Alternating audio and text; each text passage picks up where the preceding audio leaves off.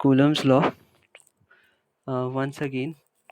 So if there are two stationary and point charges, so you'll understand one by one each and every term that is there in the Coulomb's law.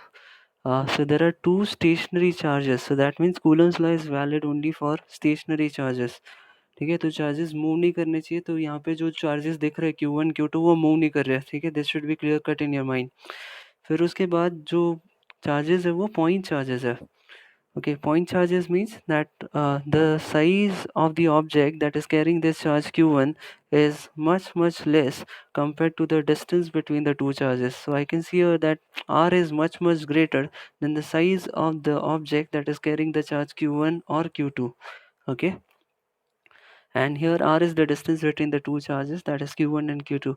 Then it is found that the force of attraction is equal to k q1 q2 by r square. Now this might be a force of repulsion as well, depending on this the sign of the charge that is there. That is like charges will repel and unlike charges would attract each other. Okay, then we also went through the characteristics of this force. This force always acts along the line that is joining the two charges. So if there is a repulsive force, suppose these two charges have similar signs, that is positive, suppose, so the forces will be repulsive and they will be acting along the line of the line joining the two charges. Okay, so the force is always acting between the line that is joining the two charges, along the line that is joining the two charges. Okay, next, the force is repulsive if the charges have the same sign and attractive if they are opposite. So this we already know, right? The force is conservative in nature. Conservative as in that the work done during the entire cyclic process will be zero. Suppose I am taking this charge Q2 away somewhere and again I am bringing the charge Q2 at the same point. The total work done in this situation will be zero. Okay, and it obeys the inverse square law. Now what is inverse square law? Here you can see that it is r square in the denominator. That means force is inversely proportional to the r square, that is the distance square. Okay, so that means it obeys the inverse square law.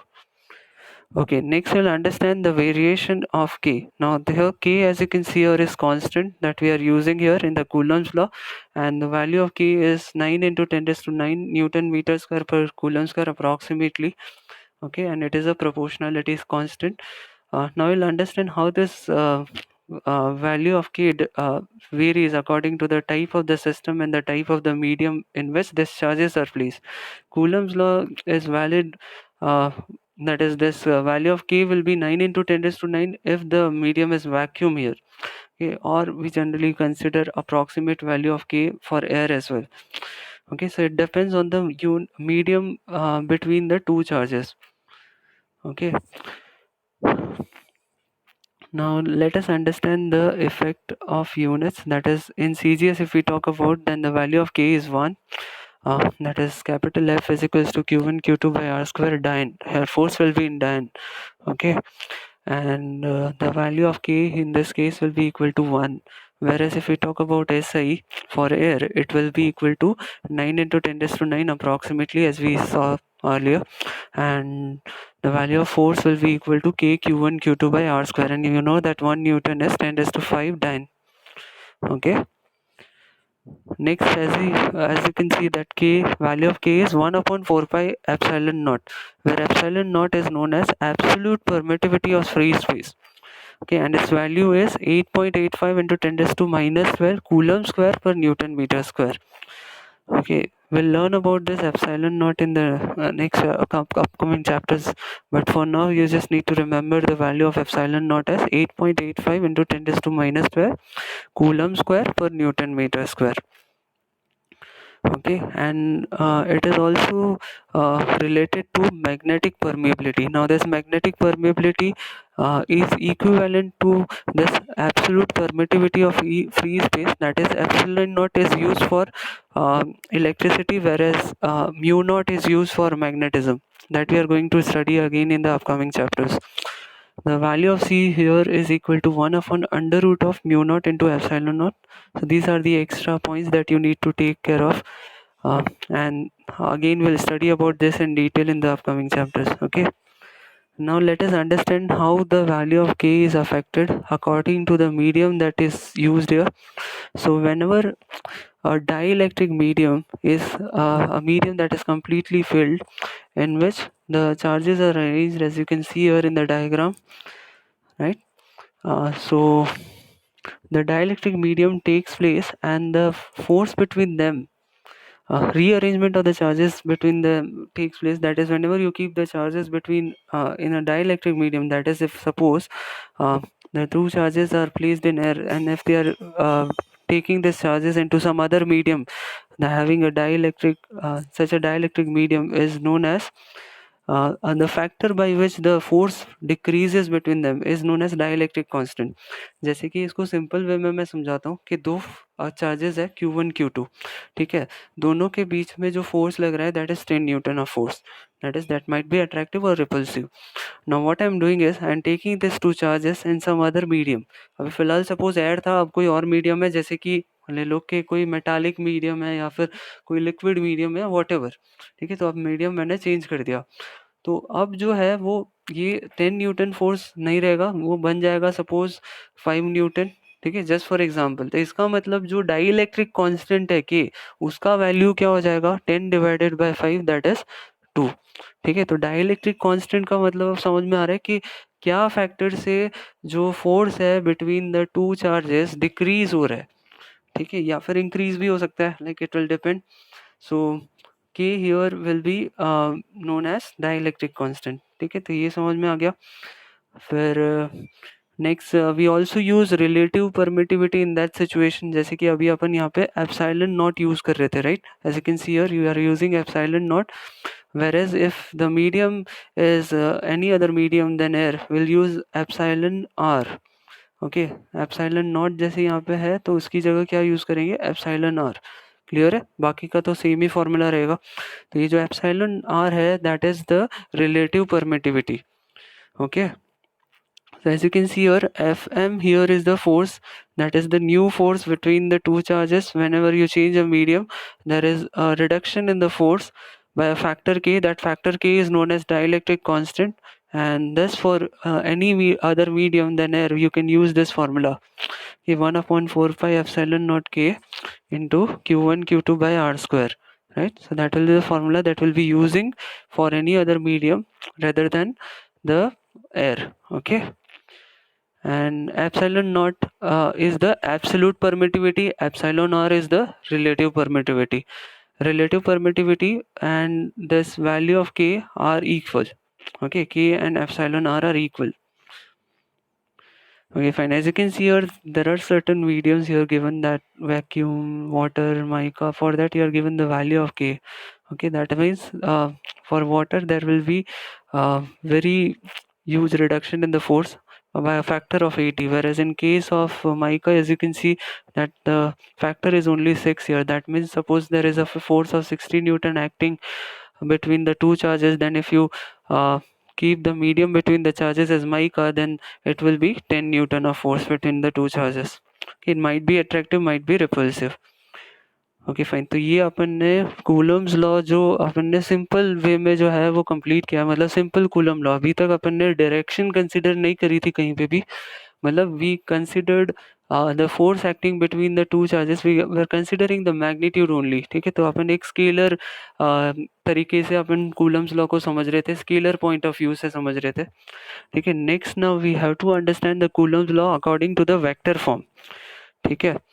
Now for vector है तो इसका मतलब है कि अब directions role play करने लगेंगे, ठीक है, और उसके लिए अपन को कुछ जो कन्वेंशन है सबस्क्रिप्ट नोटेशन के लिए वो फॉलो करने पड़ेंगे।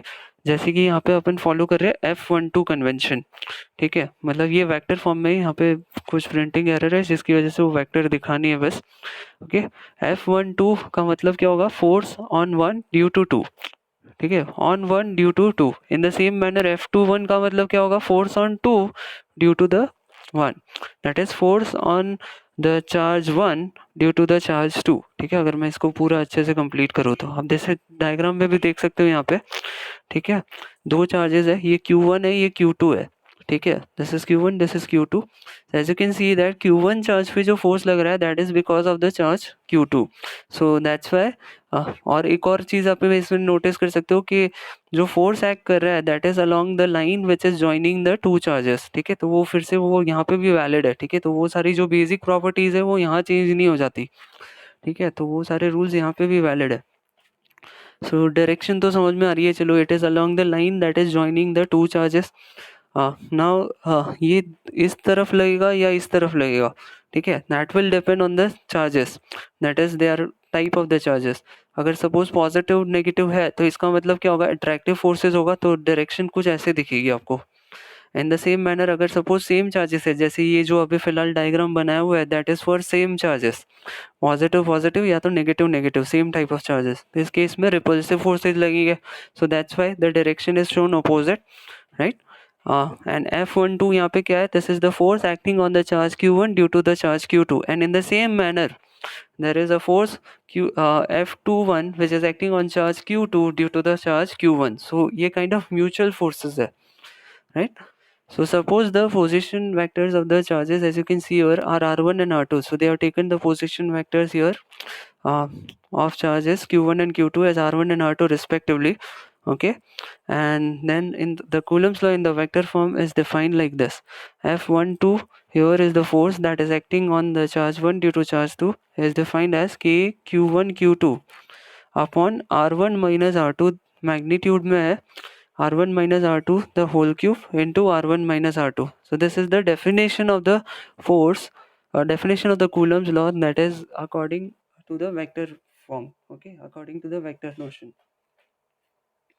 Fine. In the same manner, if I want to define F21, then you just need to just swap the subscripts. That is, जो यहाँ पे 1 है आपका वो 2 हो जाएगा, 2 जो है वो 1 बन जाएगा. So you'll get the F21 value as well. And you can also write this vector form like this as well. ठीक है, ये नहीं अगर आपको याद करना है तो ये वाला भी याद रख सकते हो. ये थोड़ा सिंपल है. दैट इज देखो K Q1 Q2 by R square. ये आप मैग्नीट्यूड पढ़ते हो, magnitude of the force that is acting between the two charges. And R12 cap is actually the unit vector that is acting along the direction of the force. Okay, जैसा कि आपको यहाँ पे दिख रहा है R12 मतलब क्या हो जाएगा कि यहाँ पे R2 माइनस R1. ठीक है, या फिर R1 माइनस R2 डिपेंड करेगा R12 है R21 है, divided by the magnitude of R2 minus R1. Unit vector का मतलब क्या होता है, मैं फिर से पहले तो ये रिवाइज करवा दूँ आपको. Unit vector A is defined as magnitude of unit vector A is defined as vector A divided by the magnitude of vector A. Okay, तो ये यूनिट वेक्टर ऐसे डिफाइंड है. तो यहाँ पे भी आपको एक यूनिट वेक्टर दिख रहा है. तो R12 जो है ना वो उसका डेफिनेशन जो है वो आगे दिया है. Let me show you. अच्छा, ओके, यहाँ पे देख सकते हो R12 और R21. ठीक है, R12 मतलब क्या हो गया कि this is the vector R12 that is R1 minus R2 divided by the magnitude of R1 minus R2. ठीक है, ये इस हिसाब से डिफाइंड है. तो ये हो गया R12 cap. Okay, unit vector divided by its magnitude itself. तो वो यहाँ पे उसका डायरेक्शन बता हुआ है. R12 जैसे कि आपको समझ में आ रहा है, it is along the direction from 2 to 1. Okay, opposite direction ध्यान रखना, direction along 2 to 1. whereas R21 क्या होगा, फ्रॉम 1 to 2. ओके, तो ये चीज़ का आपको ध्यान रखना है. And but obviously कि R12 and R21 have the same magnitude, that is magnitude of 1, but have opposite directions, so that's why I'll keep the minus sign here. And so R12 cap will be equal to negative of R21. ठीक है, and in short अपन ऐसा भी बोल सकते हैं कि F12 will be equal to minus F21. तो ये अपन Newton's third law of motion में भी पढ़ते हैं, काइंड ऑफ सिमिलर जैसा ही है. ओके, यहाँ पे आपको याद करने का ये ग्राफ भी दिया हुआ है. ठीक है, R1 टू फ्रॉम. ठीक है, वैसे आप याद रख सकते हो 1 to 2. R1 जैसे कि R12 को देख सकते हो, जैसे it is from 2 to 1, sorry, from 2 to 1. ठीक है, वैसे आप याद रख सकते हो. And in the same banner R21 मतलब फ्रॉम 1 to 2. ठीक है, okay fine. Next, q1 q2 are actually, if you want you can write it like this as well, r1 r2 sorry, जो कि अपन कार्टेशियन जैसे फॉर्म में लिखते हैं। x1 y1 z1 जो है वो अपन ये सब वेक्टर्स में पढ़ चुके हैं, बट अभी फिलहाल इसको वापस अपन रिवाइज कर रहे हैं बस, ठीक है, because we are studying this vectors law. Okay, next principle of superposition पे आ जाते हैं। ओके, ये भी समझ लेते हैं, लास्ट टॉपिक आज का एक और बस ये कंटिन्यू कर लेते हैं। प्रिंसिपल ऑफ सुपरपोजिशन का मतलब क्या होता है कि सपोज बहुत सारे चार्जेस है, ठीक है, जैसे कि ये डायग्राम का मैं यूज़ करूँगा यहाँ पे Q1 Q2 Q3 and up to Qn, ठीक है, बहुत सारे ऐसे चार्जेस प्रेजेंट है। तो अभी इस केस में अपन कैसे फोर्सेस कंसिडर करेंगे, ठीक है। अभी आप समझो कि मेरे को सपोज ये जो Q चार्ज है, ठीक है, इसके ऊपर फोर्स निकालना है कि इसके ऊपर टोटल फोर्स कितना निकालना है। तो मेरे को क्या करना पड़ेगा, force that is acting between Q1 and Q, and that is between Q1 Q2 and Q, ठीक है, ये इंडिविजुअली फाइंड करने पड़ेंगे और इनका वेक्टर रिजल्टेंट ले लेना पड़ेगा। That is I have to find the force that is acting on this charge Q because of Q1, because of Q2, that is suppose I am denoting it by F1, F2, F3 and so on up till Fn, and I have to vectorially add it, that is I need to find the resultant of the vector, okay, F1, F2, F3 and so on, right. So that's why we'll just represent the principle of superposition like this. F is equals to, that is the F net is equals to, as you can see, is equal to F1 plus F2 up till Fn, and you have to add them vectorially. That is most important. You cannot add them like scalars. Okay. और इसमें ये चीज़ का भी ध्यान रखना है आपको कि जो फोर्स लग रहा है between Q1 and Q will not be affecting Q and Q2, between Q and Q2, ठीक है। Q1 एंड Q के बीच में जो फोर्स लग रहा है वो उसका कोई लेना देना नहीं है, that is between the that is with the force that is acting between Q2 and Q, and in the same manner Q3 and Q। तो ये सारे जो है वो इंडिपेंडेंट फोर्सेस है, ठीक है। समझ में आ रहा है, इंडिपेंडेंट का मतलब क्या है कि इसका जो इसके ऊपर अगर अपन को फोर्स निकालना है तो सिर्फ इंडिविजुअली इनका अपन को देखना पड़ेगा, जबकि ये नहीं देखना है कि इन दोनों के बीच में क्या फोर्स लग रहा है, ठीक है। ये अब अच्छे से क्लियर हो गया होना चाहिए कि ये प्रिंसिपल ऑफ सुपरपोजिशन क्या कहना चाह रहा है, ठीक है। सो जब बहुत सारे चार्जेस है तब अपन इस हिसाब से जो है वो नेट फोर्स निकालते हैं, ठीक है। ये कंफ्यूजन आना ही चाहिए, ये सिस्टम ऑफ चार्जेस के रिलेटेड अपन ऐसे याद रखते हैं, ठीक है। और लास्टली मैं आपको लॉ ऑफ पैरेललोग्राम जो अपन ने पढ़ा हुआ है, that is parallelogram law of vector addition, वो वापस रिवाइज करवा दूँ यहाँ पे। दैट इज ईयर, यहाँ पे आप देख सकते हो कि F1 F2 दो फोर्सेज है, ठीक है। रिजल्टेंट फोर्स अगर अपन को निकालना है तो you can directly use this formula, that is F1 square plus F2 square plus 2 F1 F2 cos theta का रूट। और थीटा यहाँ पे क्या है, angle between the two forces, that is F1 and F2, as you can see here, it is the angle between the two forces. And sometimes you might also need to require the find the direction of the resultant force. तो find for finding out the resultant, तो अभी आप जैसे कोई vector quantity है तो आपको दोनों चीज़ डिस्क्राइब करना पड़ता है, उसका मैग्नीट्यूड भी और डायरेक्शन भी। तो मैग्नीट्यूड तो चलो आपने इससे फाइंड कर लिया, now what about the direction, for direction will use this formula. Alpha यहाँ पे जो है वो डायरेक्शन बता रहा है of the resultant force, as you can see here, जो अल्फा है that is the angle between the resultant force F and F1, ठीक है। तो जिससे आपको क्या पता चल जाएगा कि F1 और F के बीच में क्या डायरेक्शन है। आपको ये डायरेक्शन तो ऑलरेडी पता है, तो जिससे आप डायरेक्शन भी डिफाइन कर सकते हो, right. So always mention that alpha is the angle with the vector F1, okay. वो आपको हमेशा आंसर्स में स्पेसिफाई करना पड़ेगा, आप रैंडमली अल्फा थीटा जैसे रैंडमली नहीं लिख सकते, आपको डिफाइन करना है अल्फा यहाँ पे इसके बीच से इसके बीच में एंगल है, ठीक है। So in this way you will define your final answer. Okay fine, तो एक बार रिवाइज कर लेते हैं फटाफट से जो भी आज अपन ने पढ़ा है। So we started with Coulomb's law, right. Coulomb's law, first we understood the Coulomb's law on the basis of the scalar notion, that is when the two charges are stationary, then the force that is acting between the 2 point charges Q1 and Q2 will be equal to K Q1 Q2 by R square, where K is the proportionality constant, and for air its value is 9 into 10 raised to 9 Newton meter square per Coulomb square.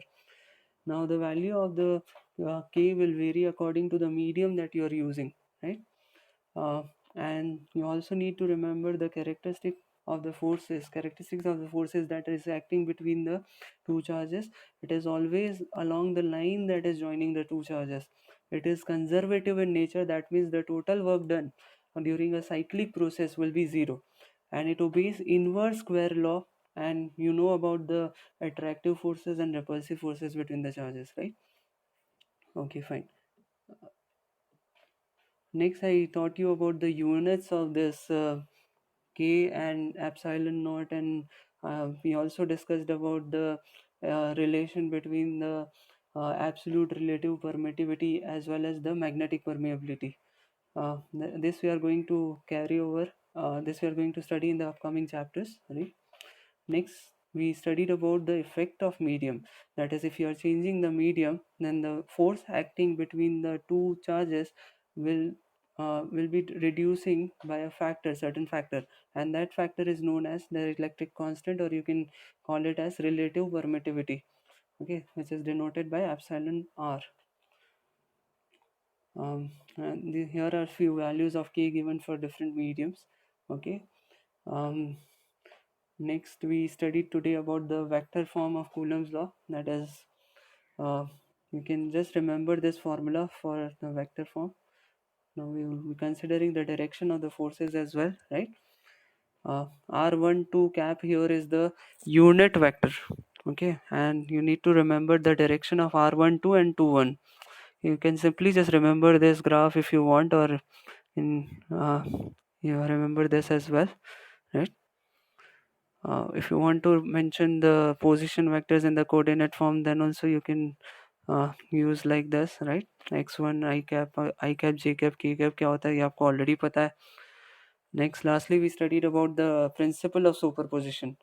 uh, that is, f net is equals to f1 plus f2 up till fn, right? And this f1 f2 individual forces are independent. And lastly, we also discussed about the parallelogram law of vector addition. It was discussed about the magnitude as well as the direction of the resultant force which is acting between the two forces.